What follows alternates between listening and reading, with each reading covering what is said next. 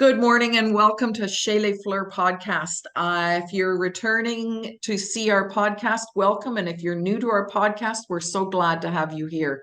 We like to celebrate the great things women in business are doing. We like to celebrate small business. We have some florally fantastic people on our podcast. And today we have the amazing Cathy McKillip. She has a great story to tell us. She has done all sorts of things in all types of business. So, Cathy, I really welcome you here today. She currently has a coaching business, but she is going to tell us about the journey she took to get to this coaching business, starting out with the corporate world. So, Cathy, please tell us more. Well, so yes, I was working in my corporate job and I loved corporate. I absolutely loved it for a long time. My last corporate job I had for 10 years, and I'd say for 8 of those 10 years, it was fabulous. And then something happened.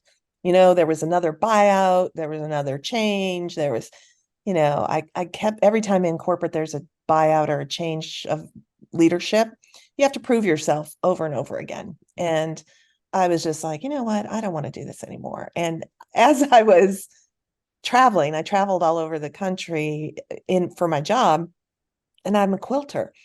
And so I would go into these independent quilt shops, and any minute I could get, free, I would check out these quilt shops. And the people in there looked so happy, so relaxed. They were having so much fun that I got this idea that I should have a quilt shop. And that idea just got in my head and wouldn't leave. And one day I walked into a local quilt shop that I had never had time really to go to because I was always working. And I asked, if I could talk to the owner because I wanted to tell her what a beautiful store it was and just meet her and that kind of thing. And they said, well, she never comes in here because she's allergic to the fabric. Oh, Yeah. And so my brain immediately on my way out to the car was like, this is it. This is your opportunity. Like the voices were coming from somewhere that I don't know. And and so I sent her an email and said, hey, I was in your store today and I loved it.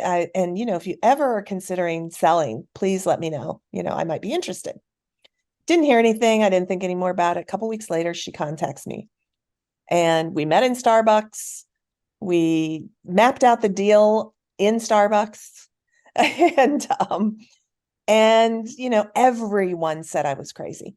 Every person I know said, are you out of your mind? Because I was a vice president in corporate. I was making great money. And I was willing to walk away from that to buy the struggling quilt shop. Like it showed no profit. I mean, it was awful. And anyway, long story short, I bought it. I didn't listen to anyone, it created lots of trouble at home because I just wasn't giving up. I was not going to take no for an answer. And I wasn't going to let somebody else not let me give this a shot. And so I did it. And that was in 2008.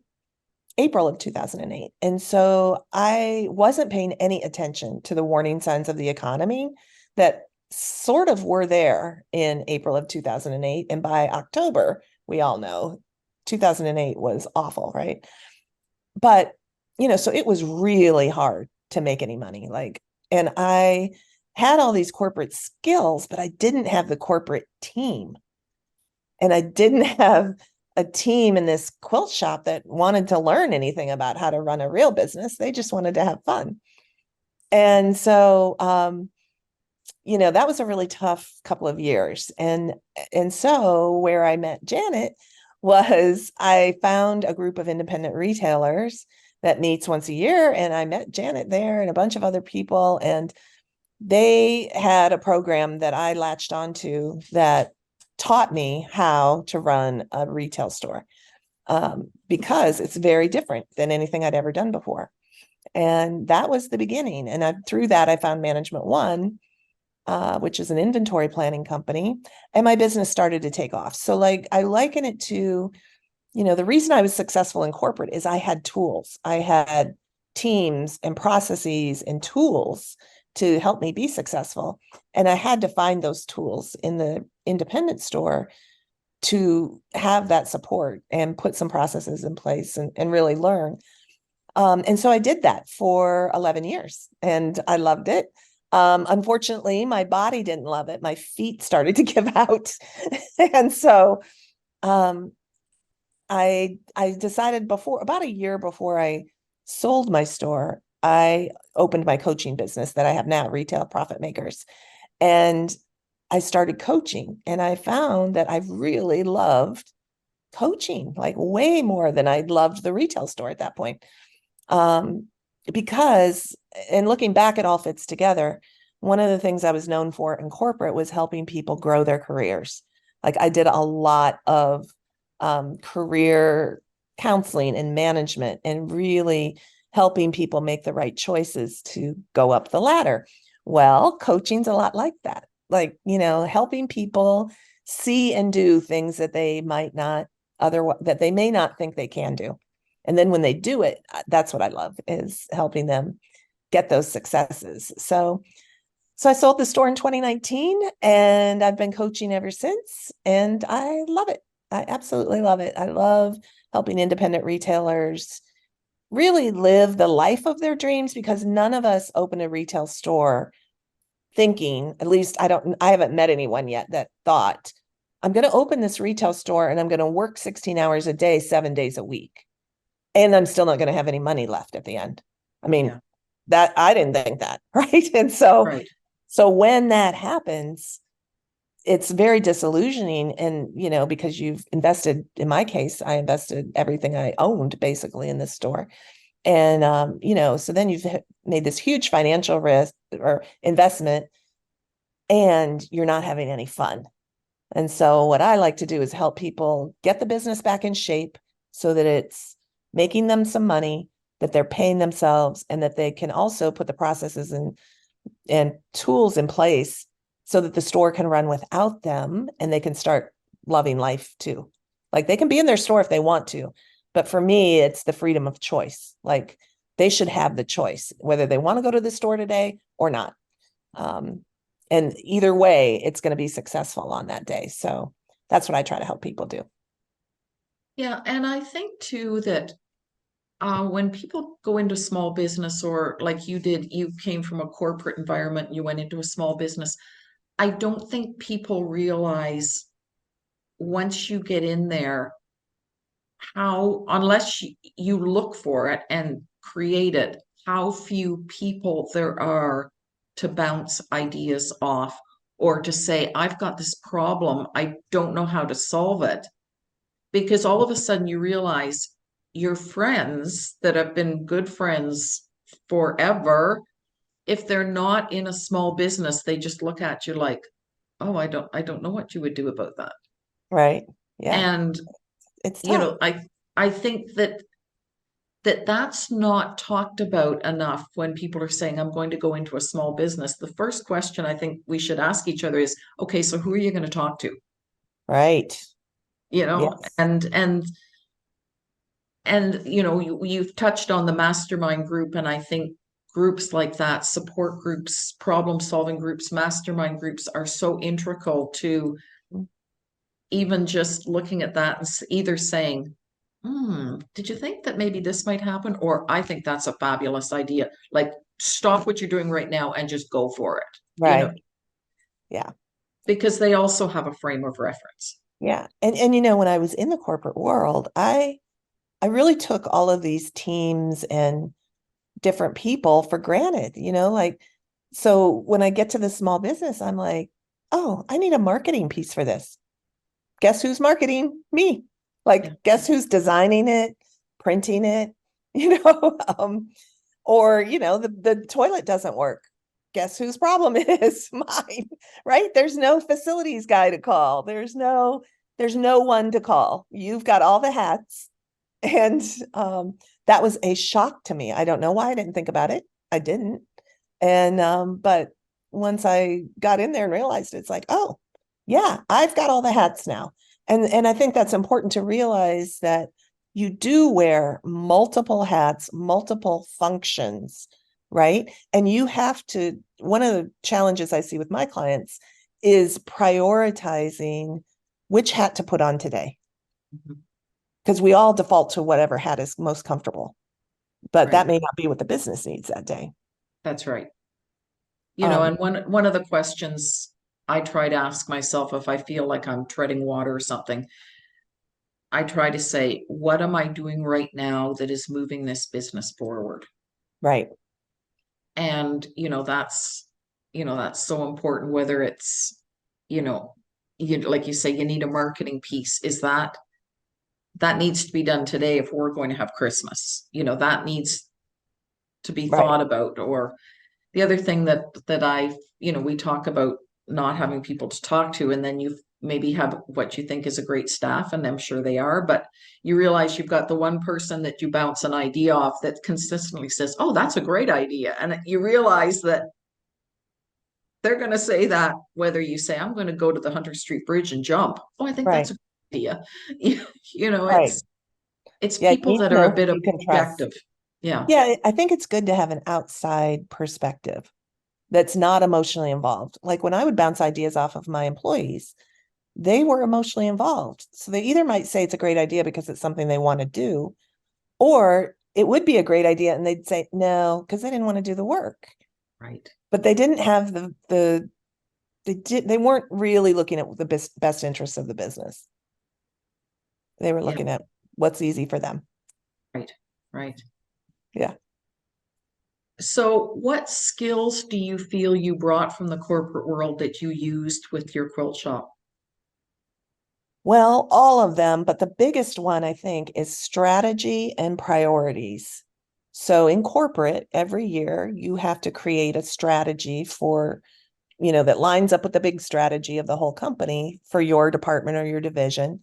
And then you have to list like what are you going to do? What are the tactics you're going to do for these to support that strategy? And how are you going to get it done? And then we're just trained to break it up into quarters and months.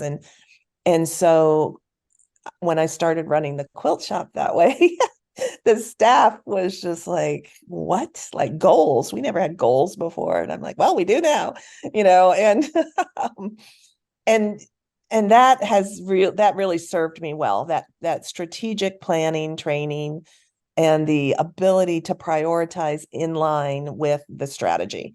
Um, because in corporate, I was trained anyway, resources are always tight in corporate. Like I just said, there's a lot of departments, but everybody's understaffed, right? Because they're always trying to cut costs. So I was trained for all those 10 years to make the tough choices, on what was going to get done and what wasn't going to get done. And that I think has served me really well. That's what I try to teach my clients, because I was having a conversation with one of them the other day, and I've recently been working with her on getting more strategic, and so I asked her like, okay, so she was way behind the sales goal for the month, and we met like mid-month, and I said, okay, so you've got like let's say $100,000 to make up between now and the end of the month, and that equated to, I don't know, like $5,000 a day. And I said, so what are you doing today, right, to get the 5,000? And she lists off a few things that she was going to do that day, what was on her to-do list. And I just challenged her. I'm like, does any of that get you close to $5,000? And she said, no. And I said, right. So what do you need to do to get to $5,000 today? And it completely shifted what she was going to do that day. And it focused her on the only way they could get to that was to sell some sewing machines. And so, they got out their list and started calling people. And next thing I know, the next day I get a text, oh my gosh, we sold 10,000 today. Yeah. Beautiful. Yeah. And so I think that ability to prioritize in line with the strategy what is the biggest skill that I took away from corporate. Yeah. It's different, but there's Yeah. I always love to listen to people that have come. I've only worked in small business, so I always love to hear the people that have come from corporate and the things they bring with them. And, I steal a few of those ideas Sure, myself, yeah. but, and it's a different way of thinking, Hmm. but there are some great things that come with it. Yeah. I mean, don't get me wrong. I love small business way more. Yeah. Oh yeah, we Yeah. definitely have more fun. We Yes, definitely, we definitely do. yes, That's what absolutely. life's about. Yeah. Absolutely, we Yeah. have more fun. Yeah. And it's funny, my mom works with me in the business doing the books, and she'll get nervous sometimes, like, oh, I don't have the numbers done. And my favorite thing to say to her is, Mom, we don't have a board of directors. We don't care. It's okay. I'm like, who's gonna get mad? Us? No. So don't worry about it. Good. Yeah. So, Cathy, I appreciate you taking time to be with us today. What I like to do when I end our podcast is I like to fire off some rapid fire questions that you can answer quickly. I warn my American friends that there will be some Canadian content in this. So, are you up for it? Sure. Okay, perfect. Okay, book or magazine, Book. flannel or cotton, Cotton. Rough Riders or Alouettes, No clue. Both. marinara or Alfredo, Oh, marinara. pen or pencil. Pen.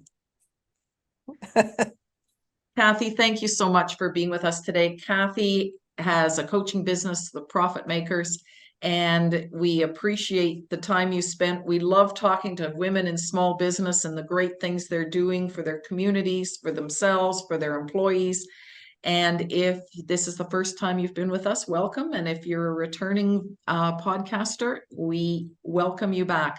Next week, we are going to hear from Grady's Feed Essentials, and they are a husband and wife team with a great shoe business here in Peterborough. And Cathy, again, thank you so much for your Thank time. I you. really appreciate it. And we'll see you soon. Okay. Take care.